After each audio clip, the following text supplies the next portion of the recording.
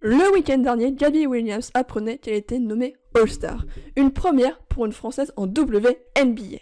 Et cette récompense, elle le mérite totalement, parce que quand on voit ses matchs, que ça soit aussi bien au niveau offensif, mais surtout au niveau défensif, elle a un niveau incroyable. Pour vous montrer à quel point elle est forte en défense en tant que ailière et ailière forte, elle a tout simplement obtenu le titre de meilleure défenseuse du tournoi olympique en 2024, et cette année, elle a obtenu ce titre en Euroleague. Dites-vous que depuis le début de saison, elle fait 2,6 interceptions par match, 0,6 contre, alors qu'elle est ailière, ce qui est déjà fou, et surtout quand elle est en défense avec les Seattle Storm, elles sont totalement différentes. Elles changent véritablement la physiologie du jeu. Et là, en WNBA, elle est très bien partie pour avoir le DPOY. Et dites-vous qu'elle n'est pas uniquement forte, comme je vous disais, en défense, mais elle est aussi une très bonne attaquante. Et on l'a vu tout simplement aux Jeux Olympiques, le match qu'elle fait contre les États-Unis, elle est aussi monstrueuse en attaque qu'en défense. Et dites-vous qu'il n'y a jamais eu des stats aussi fortes en WNBA qui soient aussi bien offensifs que défensifs. Comme je vous ai dit, défensif, les stats en interception en contre, c'est juste monstrueux.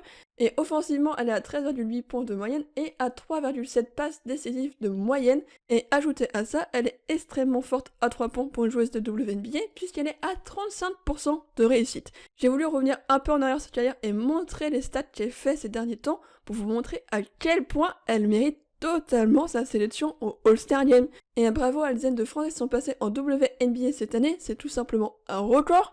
Et surtout, bravo à Gabby Williams de nous montrer que la France peut être très présente en WNBA et qu'il ne faut pas compter que sur les Américaines.